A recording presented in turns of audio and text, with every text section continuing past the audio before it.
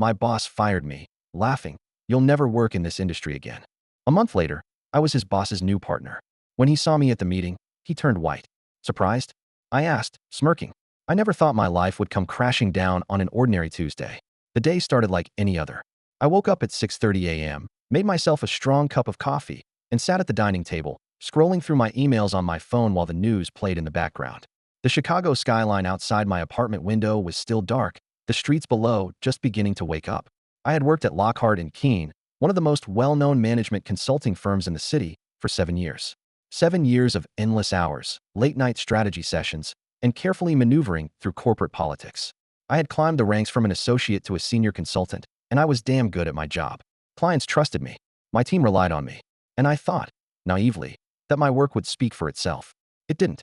At exactly 4:12 p.m., I received a Slack message from my boss, Mitchell Graves. "Mitchell, hey, can you step into my office for a sec?" I frowned at my screen. Usually, Mitchell was all about fake corporate pleasantries.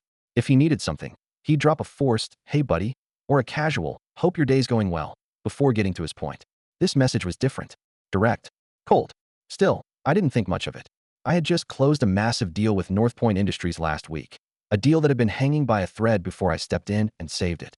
If anything, I figured this was about a bonus or maybe a new account. I grabbed my notebook and walked down the hall to his office. When I stepped in, I saw something that made my stomach drop. HR was already there. Deborah, the head of HR, sat stiffly in the chair across from Mitchell's desk, a manila folder in her lap. She avoided my eyes, her lips pressed together in an uncomfortable line. Mitchell, however, was smirking. That's when I knew.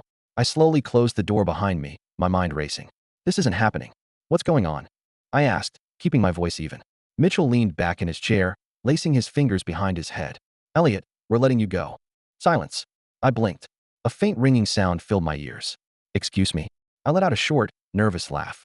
This had to be a joke. A misunderstanding. I was one of the best consultants they had. Mitchell exhaled through his nose, like he was bored already. "Effective immediately. HR will go over the paperwork with you. You'll need to pack up your things by the end of the day." I stared at him, my brain struggling to catch up. "This has to be a mistake," I said, looking at Deborah. She still wouldn't meet my eyes. She knew this was wrong. Mitchell gave me a slow, condescending nod. "No mistake, Elliot. You're a great consultant. But you're just not the right fit anymore." That word, fit, it was meaningless. A catch-all excuse to get rid of someone when they didn't have a real reason. I shook my head, my pulse spiking. "Mitchell, I have the highest client retention rate in the department. My last performance review was stellar. I just closed the North Point deal last week." Mitchell cut me off with a smirk. "And we appreciate your contributions. But business is business." I gritted my teeth. "This is personal, isn't it?" His smirk deepened, and for the first time, there was no effort to hide it. That's when it clicked. Mitchell had never liked me. I had been outperforming him for years, cleaning up his messes, and clients had started to come directly to me instead of him.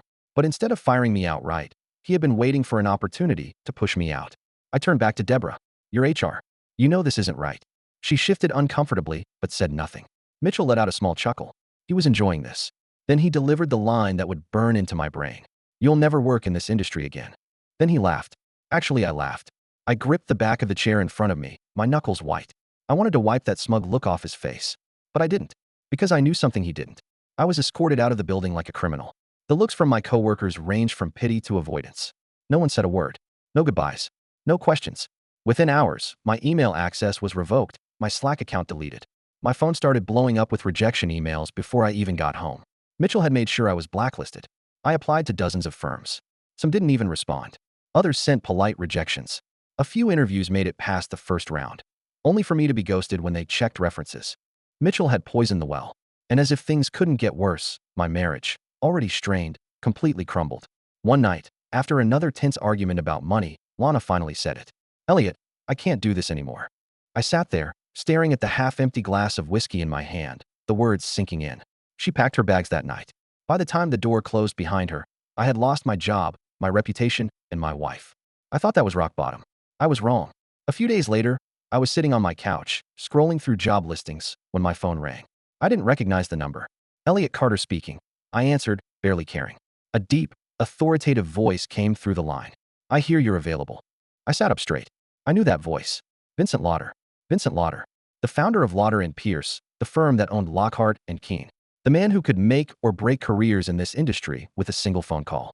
"Mitchell Graves is a problem," he said bluntly. I need someone who knows the business. Someone sharp. Someone like you. I gripped my phone tighter. Are you offering me a job? A pause. Then, I'm offering you a partnership. I exhaled slowly. I had spent weeks drowning in anger and humiliation, thinking Mitchell had won. But now, I had a second chance. And this time, I was going to make it count. I didn't hesitate. I'm in. Vincent chuckled. Good. Come to my office tomorrow morning.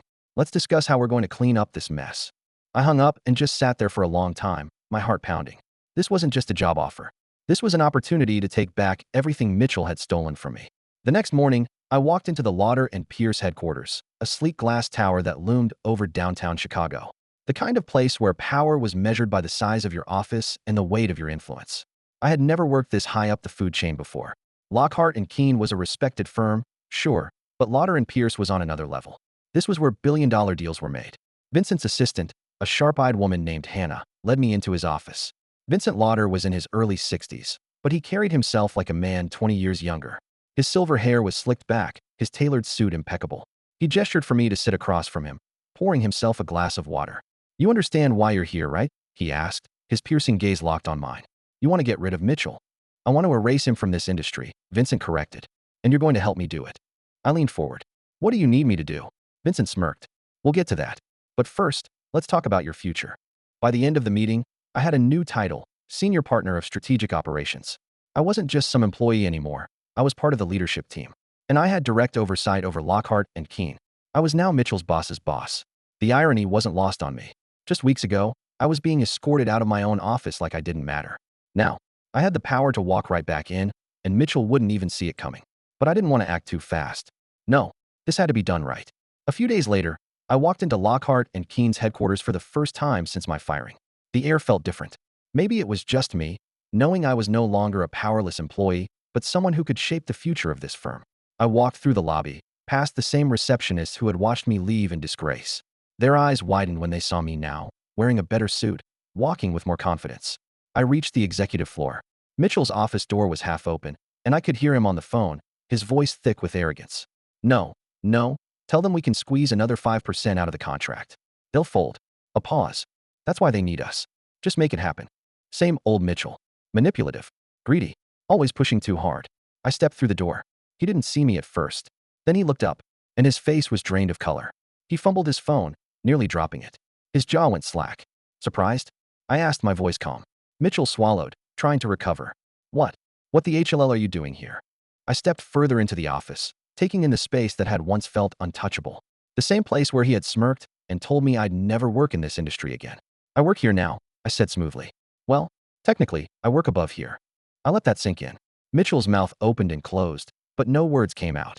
We'll be seeing a lot more of each other, I added, tilting my head slightly. Hope that won't be a problem. I could see the panic in his eyes. He knew something was coming. He just didn't know what. Yet, Mitchell tried to act like my presence didn't rattle him. But the cracks started to show almost immediately. He was paranoid. At meetings, I'd catch him sneaking glances at me, as if waiting for the other shoe to drop. His usually confident voice wavered when presenting to Vincent. I made sure to undermine him subtly. At one executive meeting, he proposed an aggressive new client strategy, one that was risky and short-sighted. I actually have some concerns about that approach, I said smoothly. Mitchell stiffened. Elliot, this has already been reviewed. The numbers speak for themselves. They do. I agreed, sliding a document across the table. But I ran a secondary analysis, and there's a flaw in your projections. If we push for an extra 5%, like you suggested, we risk losing the deal entirely. Silence. Vincent glanced at the numbers, then back at Mitchell. Is that true? Mitchell's face turned red. I'd have to double-check the calculations. You should do that, Vincent said coldly. We'll revisit this when you're sure. Mitchell clenched his jaw, but nodded. Everyone at the table saw what had happened. I had just made him look incompetent in front of the firm's top executives. And that was just the beginning. Mitchell was losing his grip, and he knew it. The more I poked holes in his decisions, the more erratic he became. He started snapping at his employees, pushing deals too hard, making reckless choices just to prove he was still in control. And then, he made the mistake I had been waiting for. A bad deal. A really bad deal. The kind that could get someone fired. And I made sure Vincent knew about it. Mitchell's downfall was happening in real time, and the best part? He was doing it to himself. The cracks in his leadership were becoming more visible by the day. His desperation to stay on top made him reckless, sloppy, and sloppiness in this industry was the kiss of death. It all came to a head when he signed off on the Danforth deal. The deal looked solid on paper, at first glance, anyway. Danforth Enterprises was a mid-sized manufacturing company looking for cost-cutting strategies, and Mitchell had promised them a 15% reduction in operating expenses within the first year. The problem? The numbers didn't add up. He had overpromised and underdelivered, which was the worst mistake you could make in consulting. He had slashed costs on paper without considering operational realities, which meant that by the time the contract was signed, Danforth was expecting massive savings that simply weren't possible. And Mitchell had personally assured them it was a done deal. I found out about it 3 days before the board did. It was nearly 7 p.m., and most of the office was empty. I was going through Lockhart and Keene's active accounts when I spotted the discrepancy. The revenue projections and client deliverables did not match up. Mitchell had essentially fabricated optimistic numbers to land the contract, banking on the idea that he'd figure it out later. But there was nothing to figure out. The numbers were a fantasy, and when Danforth realized they had been sold a lie, they wouldn't just walk away. They'd sue, and they'd win. I leaned back in my chair, tapping my fingers against the desk. This was it. This was the bullet in the chamber. I just had to pull the trigger. I scheduled a private meeting with Vincent the next morning. When I walked into his office, I could tell he was already intrigued. "What have you got?" he asked, folding his hands in front of him. I slid the financial reports across his desk. "Mitchell's latest deal is a disaster waiting to happen," I said plainly. Vincent's eyes scanned the documents, and as the minutes passed, his expression darkened. "Jesus Christ," he muttered. "Yeah," I said. "If we don't pull out of this now, we're looking at a major lawsuit. Danforth has no idea they've been misled yet, but they will." Vincent exhaled sharply, tossing the papers onto his desk. "Does Mitchell know you caught this?" I smirked. "Not yet." Vincent leaned back, a slow grin forming. "Then let's keep it that way." The next day, Vincent called for a full executive meeting. One of those drop whatever the HLL you're doing and be there meetings. Mitchell had no idea what was coming. I arrived early, taking my usual seat near the middle of the long conference table. Mitchell strolled in a few minutes later, looking confident as ever, his usual smirk in place. "Morning, everyone," he said smoothly, nodding at Vincent. Vincent didn't respond. The room settled, and Vincent cleared his throat. "We have a major issue to discuss. Mitchell, let's talk about the Danforth deal." Mitchell straightened up, nodding. "Absolutely. As I mentioned in my reports, we're projecting a 15% cost reduction for them in the first year." "It's a—" "Stop," Vincent interrupted. "Silence." Mitchell blinked. "Excuse me." Vincent tapped his fingers against the table. "You've misrepresented the numbers. The savings aren't real. You made promises we can't deliver on, and if we don't correct this immediately, we're looking at a multi-million-dollar lawsuit." The room went completely still. Mitchell looked around, his eyes darting from face to face, as if searching for a way out. "That's not true," he said quickly. "The numbers are solid." "No, they're not." I cut in, flipping open a file. "Here's the actual cost analysis. The only way we'd hit a 15% reduction is if Danforth laid off half their workforce, which, I assume, isn't part of their business strategy." A few muffled chuckles from the executives. Mitchell paled. I continued, my voice calm. "The real savings are closer to 4%. And if we don't inform Danforth about the real projections, we're looking at fraud, not just a bad deal." Mitchell was sweating now. I must have miscalculated," he stammered. "I can review the numbers." "There's nothing to review," Vincent said coldly. "We've already checked.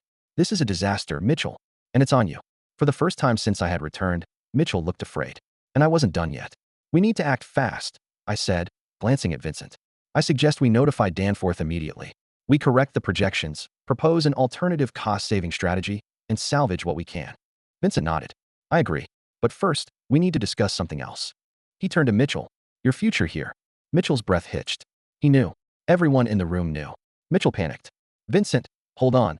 Let's not overreact. I can fix this," he said quickly. "We just need to." "You can't fix it," Vincent interrupted. "You are the problem. We're done here, Mitchell." Mitchell looked at me then, and for the first time ever, the power dynamic had completely shifted. I was the one in control now, and he knew it. "Elliot," he started, desperation in his voice. "Come on, man. You and I, we've worked together for years. You know how this business is. I made a bad call, but we can fix it. Just back me up here." I leaned back, tilting my head slightly. "Like you backed me up when you fired me?" His face fell. "That was different," he said weakly. Look, man, I was under pressure." "So am I," said, my voice like steel. "And my decision is final." Mitchell looked at Vincent again, his last chance. "Vincent, please, don't do this." Vincent sighed, shaking his head. "Security will escort you out." Mitchell sat there, frozen. Then, finally, he stood up. Everyone watched as he walked to the door, his steps slow, heavy. Security was already waiting outside. And just like that, he was gone. I exhaled slowly, feeling a weight lift off my chest. Mitchell Graves. The man who once told me I'd never work in this industry again had just been erased from it. Mitchell Graves was gone, escorted out like an inconvenience, just another executive whose time had expired. The door closed behind him, and a hush settled over the room.